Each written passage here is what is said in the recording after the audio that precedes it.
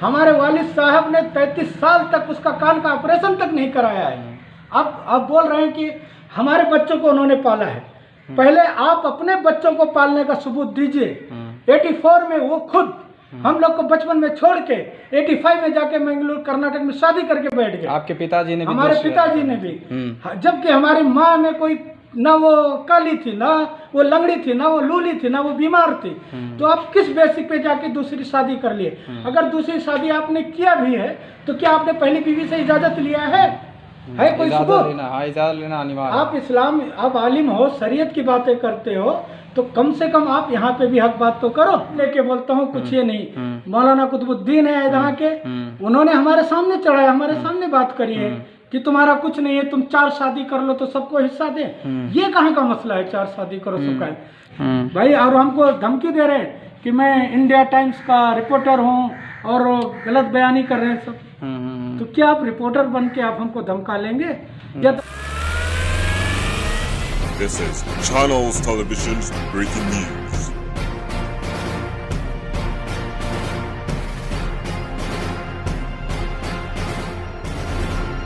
जानते गांव की समीक्षात्मक रिपोर्ट बनाते बनाते और लोगों की समस्याओं को हम जानते जानते उत्तर प्रदेश के गोंडा जिले में कई ग्राम सभाओं का हमने भ्रमण किया और कई ग्राम सभाओं में मैं मौजूद था और आपको हमने ज़मीनी हकीकत भी दिखाई कि किस तरीके से ग्राम प्रधान और भी समाज सेवी संस्थाएं और समाज सेवक काम कर रहे हैं जनहित के लिए, और जनहित में उसका क्या असर पहुंच रहा है और क्या फ़ायदा पहुंच रहा है।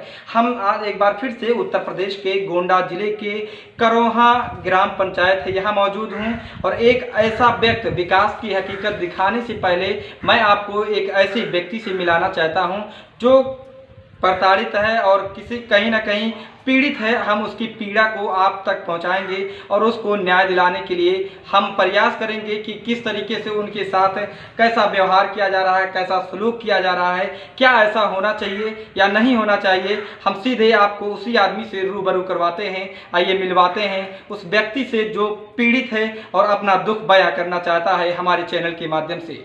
मैं आपका नाम जानना चाहूँगा, क्या नाम पड़ेगा और क्या समस्या आपकी है, कौन सा गांव है? मेरा नाम मोहम्मद अहमद बेग उर्फ रज्जू है। वालिद का नाम अजीज अहमद बेग, पुत्र अब्दुल गफ्फार बेग। मेरी समस्या ये है कि हमारे वालिद साहब ने आज के 4 साल पहले हमको बांट दिया। हम 3 भाई थे यहाँ पे। हमारे वालिद साहब की 2 शादी है, पहली माँ से हम लोग हैं। तो हमारे वालिद साहब ने 3 साल पहले बांट दिया। बांट के चूँकि 4 हिस्सा कर दिया। एक हिस्सा उन्होंने अपना लिया माँ बाप का, 3 हिस्सा हम 3 भाइयों का। उसमें मौके पे मैं नहीं था, उस वक्त बाहर था जब बंटवारा हुआ। हमारा एक ही भाई था, पहले वो 18 साल तक कमा के दिया। एंड में जब अपना हिस्सा मांगा तो उसको घर में हिस्सा नहीं दिया, मुआवजा दे के भगा दिया गया क्योंकि उस वक्त वो अकेला पड़ा। और कुछ हमारे छोटे भाई के ससुराल वाले हैं, दबंगई टाइप के हैं, तो दबंगई से अपना सब कुछ कर लिए। खैर वो बात खत्म हुआ। लेकिन आज मैं आके अपना हिस्सा जब मैं मांगा, 1/4 महीने का वालिद साहब आपने कर दिया, आप हट गए, तो हमारे भाई वो हमारे हिस्से पे काबिज है। तो हमने अपने भाई से बोला हमारा हिस्सा छोड़ो, हमको रहना है। हमारे जो है हमारी बीवी है और 2 बच्चे और एक 6 साल की लड़की। वो हम मंगलूर में रह रहे थे, कर्नाटक में। वहाँ हम किराए के घर में रह रहे हैं। लॉकडाउन की वजह से 6 महीना हो गया मैं किराया नहीं दे पा रहा हूँ। मैं यहाँ आज लॉकडाउन की वजह से जा नहीं पाया। यहाँ अपने भाई के घर में 2.5 महीने से रह रहा हूँ। हमको वहाँ घर में घुसने नहीं दिया गया। कौन घुसने नहीं दिया? यही हमारे घर वाले, हमारे लड़के 2 यहाँ पे जो हैं पहली बीवी से। अच्छा, हमारी पहली बीवी। आपकी 2 शादी हुई है? हमारी 2 शादी हुई। वो इस तरीके से हुई है कि जब मैं वहाँ कर्नाटक में दुकान किया हुआ था टेलर की, हमारे बीवी के बीच में थोड़ा अनबन थी। तो हमने बोला अब जाके आप ले आओ, हम सेटल हो गए हैं। तो हमारे वालिद साहब यहाँ लेने आए। आपकी बीवी को, पहली बीवी को लेने आए। वो इटवा में ससुराल थी, इटवा में गए। तो उनके साथ में एक हमारे खालू है मौलाना कुतुबुद्दीन, वो भी गए। तो वो भले वो नाराज थी, क्या थी, सही, बगैर हमारे बताए हमको अंधेरे में रख के, क्योंकि उस वक्त टेलीफोन का जमाना था नहीं। अगर था भी तो लोकल तो एक बार फोन करना चाहिए या उस मामले को वहीं छोड़ देना चाहिए।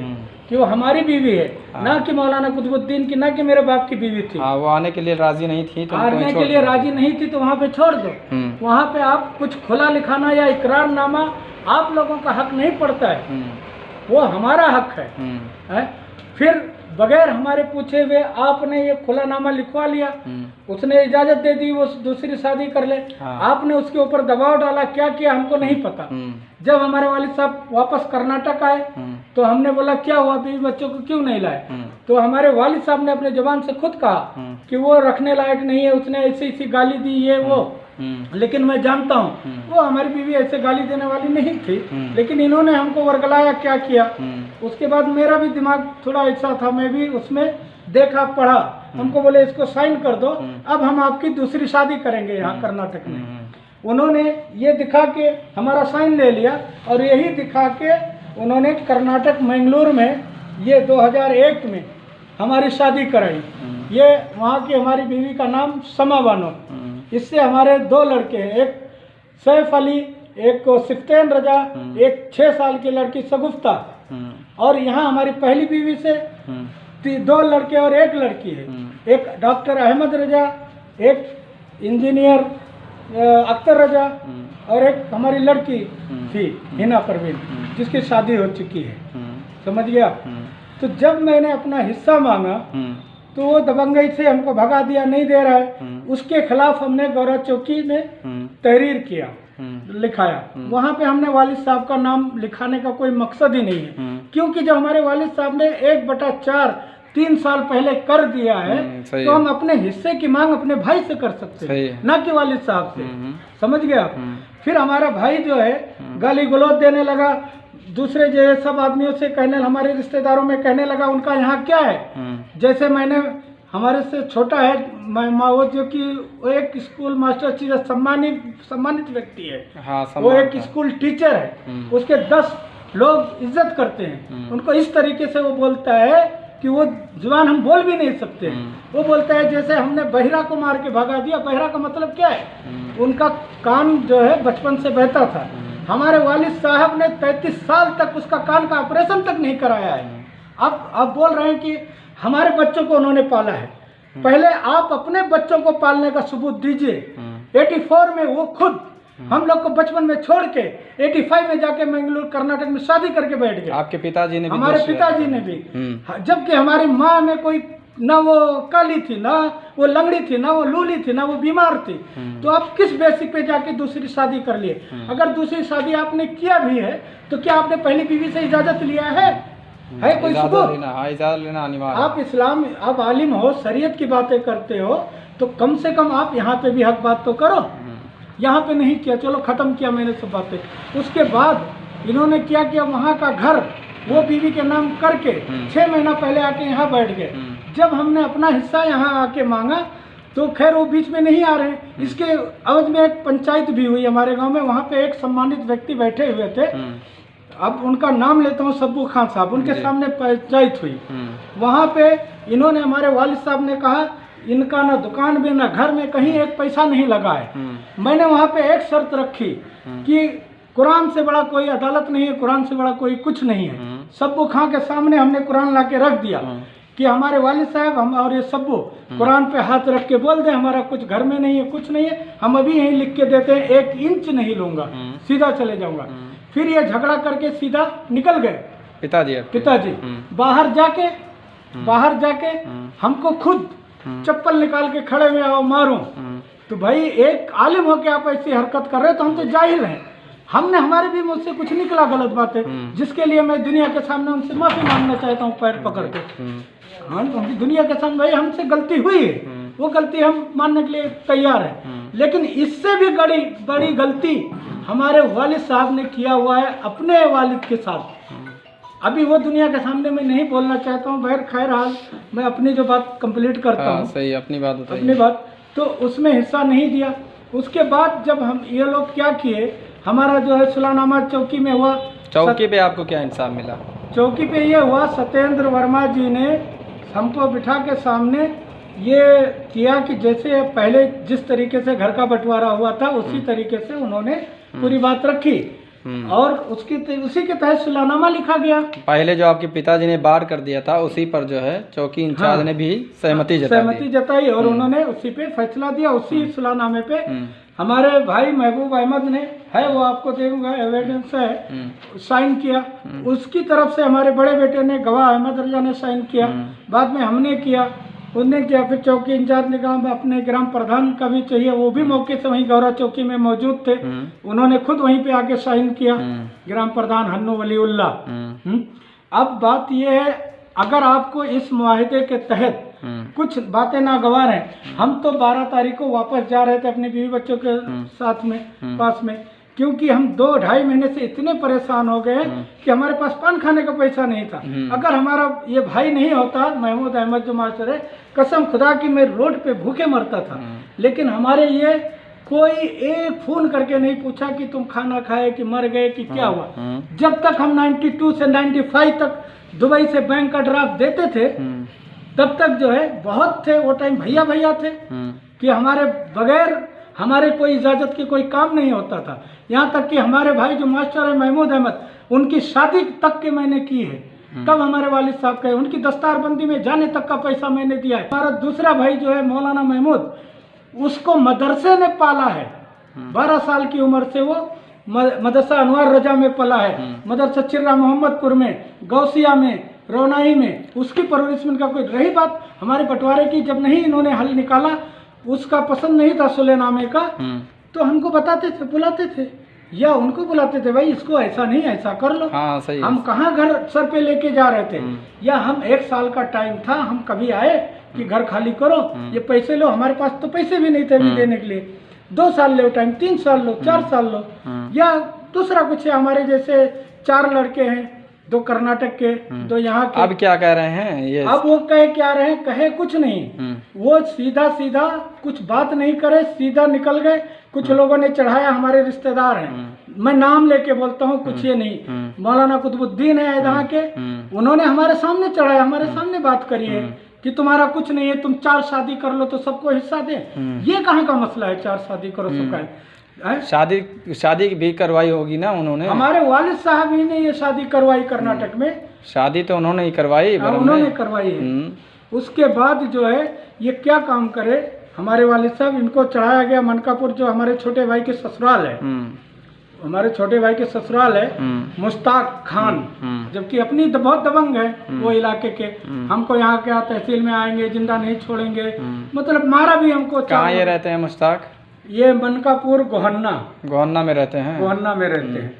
तो जब 28 तारीख को 13 को हमारा सुलानामा हुआ, 28 तारीख को हमारे वालिद साहब पहुंच गए वहाँ तहसील में। वहाँ पूरा क्या करने पहुंच गए, घर जो है आधा हमारे छोटे भाई महबूब अहमद के नाम और आधा हमारे 2 बेटे यहाँ जो कमाने वाले हैं, डॉक्टर के, एक इंजीनियर, उनके नाम वसीयत करने के लिए दस्तावेज पूरा तैयार कर रहा है पूरा।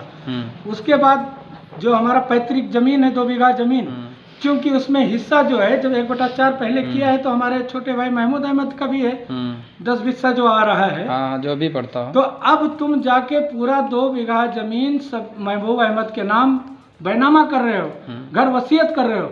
तो मैं भी रोड पे आ गया, वो भी रोड पे आ गए, रोड पे ही आना हुआ ना। हाँ, आना हो। फिर जो 28 चोरी जाके करे, दस्तावेज तैयार हो गया। बस ये कहो अल्लाह की मर्जी कि ये पूरा दिन खड़े रहे, उस दिन नेट चले गया, बयान नहीं हो पाया, बाकी कंप्यूटर पे सब कुछ चढ़ गया, वल्ली बयान के लिए बाकी रह गया। ये बोले चलो बाद में आएंगे। जिसको गवाह में ले गए थे हमारे गांव का एक मतलब विनय, उसको जब मैंने रात को पूछा तो उसने पूरी हकीकत बताई और दोबारा वो नहीं गया। उसने बोला जहाँ हमारी जरूरत पड़े बोलो मैं आऊँगा। मैं उसको लेके गए धोखे से कि आओ एक खेत बैनामा करा रहा हूँ सब्बू, उस पर गवाही देना है, सब कुछ बताया। फिर हमको किसी एक गांव के हमारे एक दोस्त थे, अनवर, बचपन के दोस्त थे, वो बढ़िया में आए थे, उनसे बात हुई तो उन्होंने बताया तुम्हारे वालिद साहब वहाँ थे। तो मैं बोला वो तो बीमार है, वो 2 कदम चल नहीं सकते, तो कैसे वो मनकापुर पहुंच गए तहसील में। लास्ट में क्या हुआ वहाँ पे? लास्ट में वहाँ पे यह हुआ कि 28 गया, 29 को हमने इंतजार किया, 30 को, 31 तारीख को सुबह ईद है, आज जुमे का दिन है, 12 बजे इनको हमने देखा 4 लोग लेके आ रहे हैं। उनके साथ हमारे घर का कोई फर्द नहीं था। मुश्ताक नौशाद, लियाकत, अजीज, 4 लोग लेके आ रहे हैं। वहीं पे रजिस्ट्रार ऑफिस के सामने हमने पकड़ लिया। खाली वो बयान देने जा रहे थे और अंगूठा लगाना था, बस इतना ही काम बाकी था। पिताजी के आपके नाम जमीन थी तो लिख सकते थे उनको। पिताजी की जमीन, वो हमारे नाम उनसे कुछ नहीं थे, वो मतलब एक पैतृक जमीन है जो हमारे दादा की संपत्ति है। हमारे घर भी हमारे जमीन पैतृक थी, वो बनाया जो हमने मेहनत करके, हमारे भाई ने बनाया मेहनत करके। वहाँ पे हमारे अब्बा ने बनाया था पहले एक छोटा सा कमरा दो, जो कि अब इस दुनिया में नहीं है, उसको शहीद कर दिया गया है। उसकी जगह पे दूसरा खड़ा हो गया है, दूसरा मकान बना। हाँ, तो अब इन्होंने क्या तर्क रखा कि मुश्ताक वहाँ आके हमारा गर्दन पकड़ लिया ऐसे इस तरह से। जब मैं जाके अपने पिता को समझाने लगा, पकड़ लिया मैंने कि माफ कर दो, चलो बोले जब चप्पल उठाए तो बोले भी माफ कर दो, वो भी मारे। लेकिन अब ये लोग वहाँ 2 गवाह हैं, 2 वकीलों ने आके ये मुश्ताक इस तरह से हमारा गर्दन पकड़े हुए थे जैसे सांस बंद हो जाएगी। वहाँ पे वो लोग आपको पकड़ लिए जब मैं रोक रहा था। और ये क्या नाम है, 2 वकील, एक राम बाबू और एक और वकील है, उनका नाम नहीं याद आ रहा, वो दोनों ने आके छुड़ाया है। उन्होंने कहा पहले इसकी बात तो सुनो। और एक और व्यक्ति हैं कि जो वहाँ पे बैठे हुए सब लाइव देख रहे थे क्या हो रहा है, उनका नाम मैं भी नहीं लूंगा, लेकिन अगर, और एक वकील थे, उन्होंने जो वीडियो बनाया वो टाइम का वो भी था। बहरहाल सब ये हो गया। उसके बाद जो है ये वहाँ से बात खत्म हो गई, चले आए। लेकिन मैं ये कह रहा हूँ, फिर पिताजी की जमीन है, पैतृक है, जब आपको वसीयत करना है, बैनामा करना है, तो आप चोरी क्यों जा रहे हो? आप गांव में बोल के जाओ कि हमारा बच्चा नालायक है, मैं नहीं दूंगा, जाओ, तो हमको पीछे आने की जरूरत नहीं है। लेकिन अगर मैं नालायक हूँ, हमको बेदखल कर रहे हो, तो जाते जाते ये जवाब देते जाओ, जो पैसा मैंने ड्राफ्ट माँ के अकाउंट में दिया था उसका क्या होगा? जैसे मैंने दुकान बनाने के लिए दिया था, जगह के लिए दिया था, अपने भाई की शादी के लिए दिया था, वो दौर का पैसा जो 16,000 की दुकान हमने बनवाया था, आज के दौर में 25 लाख है। वो दौर में 20,000 खर्चा किया था शादी में। बहुत ऐसे पैसे हैं, तो आज हमारा उतना ही दे दो तुम। हमारी यही मांग थी। दोबारा हमने कंप्लेन किया चौकी में कि भाई वो कहीं भी कर दे, लेकिन जो है हमको जो है हमारा जो दुकान का लगाया हुआ पैसा वो हमको वापस दे दे। आपकी मांग क्या है? अब आगे आपकी मांग क्या है? हमारी मांग ये है कि हमारे 4 लड़के हैं, तो जैसे आप वसीयत करने जा रहे हो, मैं नालायक हूँ बोल रहा हूँ, हाँ, तो आप कैसे भूल गए कि वो 2 लड़कों को, आपकी पहली बीवी के 2 बच्चों को वसीयत कर रहे हैं ना? हाँ, तो ये वो 2 बीवी को कर रहे हैं, 2 बीवी के बच्चों को, लेकिन ये बच्चों को जो ये कहाँ से आए? शादी आपने कराई, तो ये बच्चों को कैसे भूल गए? इनको छोड़ रहे हैं, इनका नाम नहीं डाले, इनको छोड़ के वो 2 बच्चों के नाम और छोटे भाई के नाम कर रहे थे, वसीयत कर दिया होगा शायद। तो हमारी मांग ये है कि अगर आपको करना ही है तो हमारे छोटे भाई का जो 10 बिस्सा खेत है वो निकाल दो, 10 बिस्सा उनका निकाल दो। 3 साल पहले बांटा है, उनका आप नहीं कर सकते हो रजिस्ट्री। 5 लाख रुपया भी उसी के तहत लिया है। हमारा हिस्सा रहा बात। आप अगर हमको नहीं देना चाहते हो तो हमारे 4 बच्चों के नाम आप बराबर कर दो, बस इतनी सी बात है। अच्छा, आपकी मांग ये है कि आपके जो छोटे भाई है उनकी ज़मीन उनको दे दिया जाए, हमारे जो हमसे जो भी उनके, हाँ, और उसके बाद में आपके दोनों बच्चों को जो है उनके नाम भी वसीयत किया जाए। हाँ। जैसे पहली बीवी के 2 बच्चों के नाम वसीयत किया जा रहा है, उसी में जो है 2 बच्चों को भी ऐड किया जाए जो दूसरी बीवी के हैं। खुद समझना चाहिए कि निकाह हमने भगा के नहीं किया, उन्होंने खुद कराया है। और अच्छा, पहली बीवी का रिश्ता उन्होंने तोड़वाया भी और दूसरी बीवी का शादी भी उन्होंने करवाया, उसके बाद बीवी को दूसरी हमारे ये मौलाना कुतुबुद्दीन ने, अच्छा, और हमारे वालिद साहब ने धोखे में रख के बगैर हमारे पूछे लिखा के ले आए। वहाँ शादी भी तुमने कराई और फिर उन्हीं 2 बच्चों को तुम बेदखल कर रहे हो, किस हैसियत से? अगर आपको मोहब्बत है ये बच्चों की, तो वो मोहब्बत कहाँ गई? अगर आप इंसाफ पसंद हो कि हम बेच के उड़ा देंगे इसलिए नहीं दे रहे हो, ये तर्क रख रहे हो, तो भाई यही 2 लड़के तो नहीं जो कमाने वाले हैं। वो अभी एक 18 साल का है, एक इसके लिए आपने कहीं गुहार लगाई, कहीं न्याय के लिए आपने जगह गुहार लगाई। मैंने चौकी में गया, तो कम से कम 3-4 बार तहरीर दिया। तो चौकी वालों ने तो आपके जो पुराना बंटवारा होता उस पर तो सहमति जता दी थी, उसके बाद क्या हुआ? उसी के बाद उसी का उल्लंघन करके चोरी गए वहाँ पे तहसील में, सब कुछ ये वाकया हो गया। उसके खिलाफ मैंने जो हमको मारा मुश्ताक और नौशाद लियाकत अजीज ने गर्दन दबाई, उसके तहत हमने वहाँ कोतवाली में तहरीर दिया। भाई और हमको धमकी दे रहे हैं कि मैं इंडिया टाइम्स का रिपोर्टर हूँ और गलत बयानी कर रहे हैं सब। तो क्या आप रिपोर्टर बन के आप हमको धमका लेंगे या दबंगई के तौर पे धमकाएंगे? क्योंकि उनके बाप जो है, उनके बाप मुश्ताक खान जो है एक टीचर हैं भोलापुर में, कलर हैं क्या है वो हमको नहीं पता, लेकिन वो गोंडा में अल्पसंख्यक विभाग में कुछ कर रहे हैं, क्या कर रहे हैं नहीं पता। सुन रहा है कि हम सुनने में आ रहा है कि चपरासी का कुछ कर रहे हैं, कुछ पीछे पीछे जाते हैं, अब बैग लेके क्या करते हैं हमको नहीं पता, लेकिन उसके तौर पे धमकाओ कि हमारा सब कुछ चल रहा है, हम जो चाहे कर लेंगे। तो दुनिया तो ऐसे नहीं चलती कि दबंगई के तुम मतलब दुनिया दबंगई करेंगे उसके लिए पुलिस है, कानून है। तो हमने उसी के खिलाफ FIR किया, तहरीर दिया था ना, और इसका हमने उसी दिन 31 तारीख जिस दिन मारा है उसी दिन हमने जो है उसी दिन FIR कोतवाली में किया है। उसके बाद 5 तारीख को फिर एक आदमी लेके आए हमको रिवाल्वर लेके धमकाने, उस टाइम भी मैंने जाके दोबारा तहरीर दिया है। तो जो कार्रवाई जैसी होनी चाहिए वैसी हुई नहीं वो लोगों के ऊपर, इसलिए उनका मन बढ़ गया कि मनकापुर छोड़ के आज हमको गौरा चौकी कोतवाली तक धमकाने आ गए। ये वही तो मन बढ़ा है। अगर वहाँ पे सही से कार्रवाई होती चारों के ऊपर तो मतलब पुलिसिया कार्रवाई से आप संतुष्ट नहीं है? नहीं है, बिल्कुल नहीं है।